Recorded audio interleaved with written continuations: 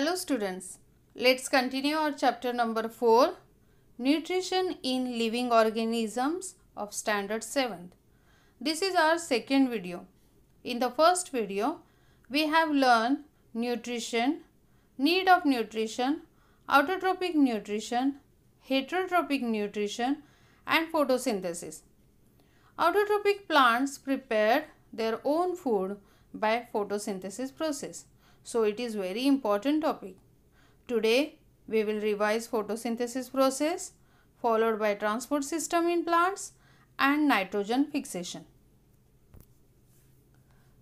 Use your brain power, children.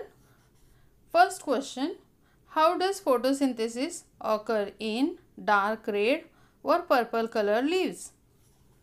You know green plants can perform photosynthesis. Then what about other color plants? In colored plants, there are carotenoids, xanthophyll and anthocyanins. These are plants' pigments other than chlorophyll. These plants also have chlorophyll beside these colored pigments. However, due to extra color pigments, these plants appear to be of that color and not green. Photosynthesis in such plants also occur due to chlorophyll. The other pigments absorb some radiations and pass it on to the chlorophyll molecules. In this way, photosynthesis occur in dark red or purple colored leaves. What is chemosynthesis? Which plants produce their food by chemosynthesis? Second question.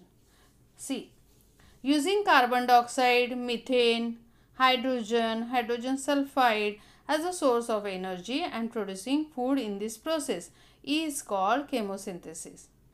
It means by using chemicals, food is prepared, not by using sunlight. Autotrophic green plants can't perform chemosynthesis. Only bacteria or microbes residing in the areas where sunlight does not reach perform chemosynthesis. However, chemosynthetic microbes are not plants. They are placed in another kingdom. Riftia pachyptila. Plants produce their food by chemosynthesis. Third question, which are the different substances excreted by plants and why? Here exerted, no excreted. See, plants excrete substances like resins, gums, rubber, oil, etc., which are not often used to the plants. However, for human being, these are important commercial products. Plants do not have excretory system, so such substances are given out by the process of diffusion. Some substances are stored in the bark of the stem, while some are deposited in the old xylem vessels. Since these products are useless for plants, they are excreted by the plants. I hope all of you understood these questions.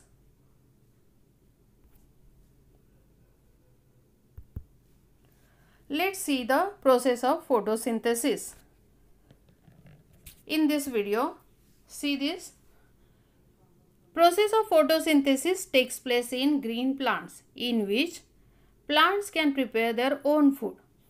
Plants prepare their own food with the help of sunlight and chlorophyll by using water and nutrients from soil and carbon dioxide from air.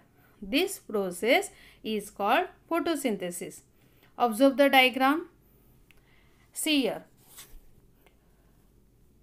Plants get sunlight during daytime and sunlight is necessary for photosynthesis. Chlorophyll present in leaves. So, plants prepare food using sunlight and chlorophyll.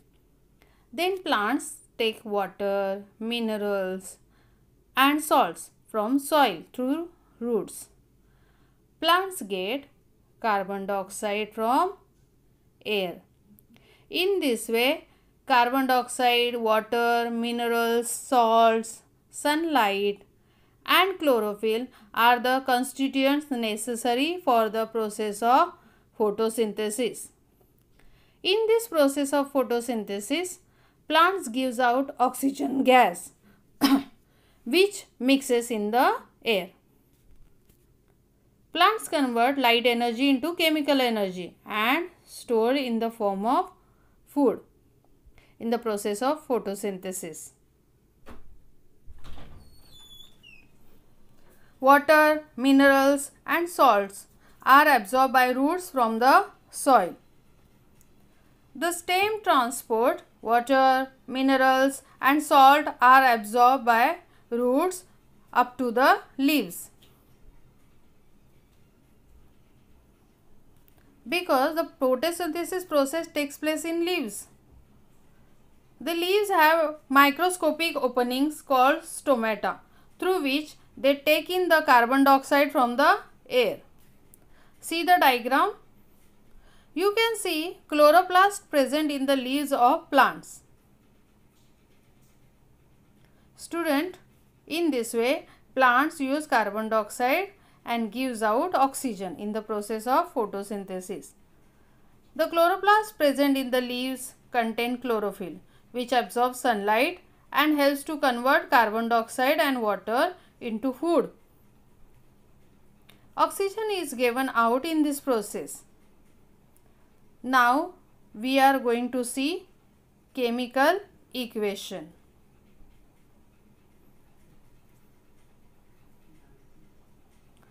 Chemical equation of photosynthesis.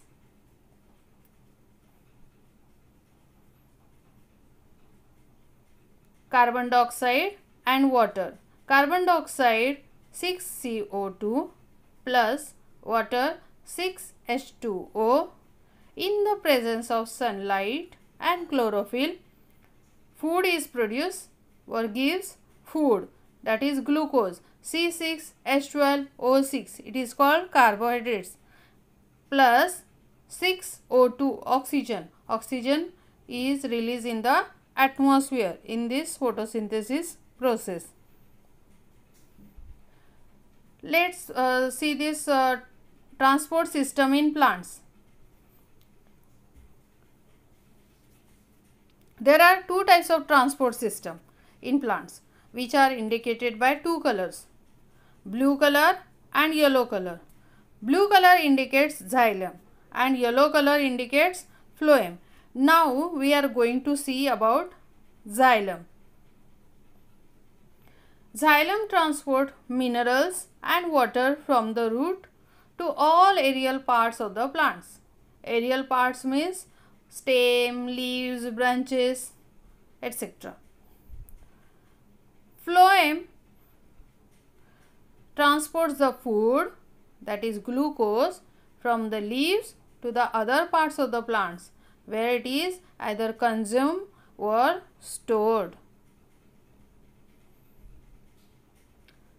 Plants do not have separate digestive or excretory system like us.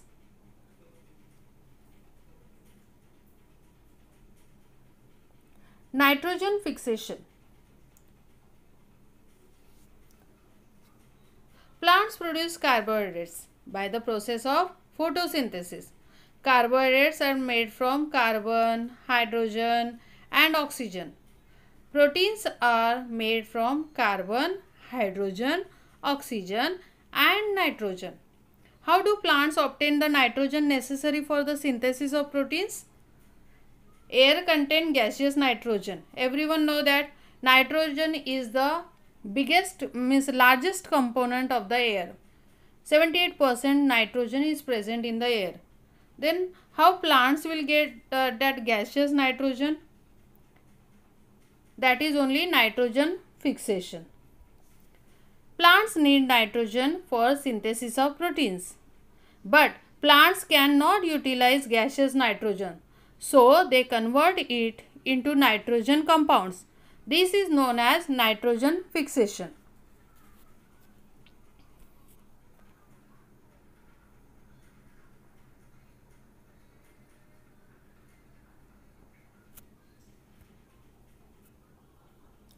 There are two types of nitrogen fixation. Biological fixation of nitrogen Atmospheric fixation of nitrogen. First one is biological fixation of nitrogen. Root nodules of leguminous plants contain the rhizobium microorganisms. These microorganisms absorb atmospheric nitrogen and convert it into nitrate, a compound. See in the diagram or picture, roots of leguminous plant. There is a white color root nodules. You can see that in that root nodules rhizobium microorganisms are present. These microorganisms absorb atmospheric nitrogen and convert it into nitrates. Microorganisms like azotobacter are present in the soil. They convert atmospheric nitrogen into nitrates. Azotobacters are present in the soil. That are the another type of microorganisms. Also help to convert the nitrogen into atmospheric nitrogen into nitrates or nitrogenous compounds. Atmospheric fixation of nitrogen. Lightning at the time of rainy season causes chemical reaction between atmospheric nitrogen and oxygen. This forms nitric oxide, which is again oxidized to form nitrogen dioxide. See children, lightning is also useful. Why? Because during the lightning only this reaction can happen. Nitric oxide again oxidize, means NO again oxidize and nitrogen dioxide is formed. This nitrogen dioxide dissolve in rainwater. So NO2 plus H2O, nitric acid will form.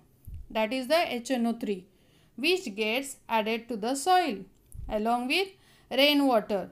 This acid reacts with different minerals in the soil and convert into salts. So this is the atmospheric fixation of nitrogen. Thank you.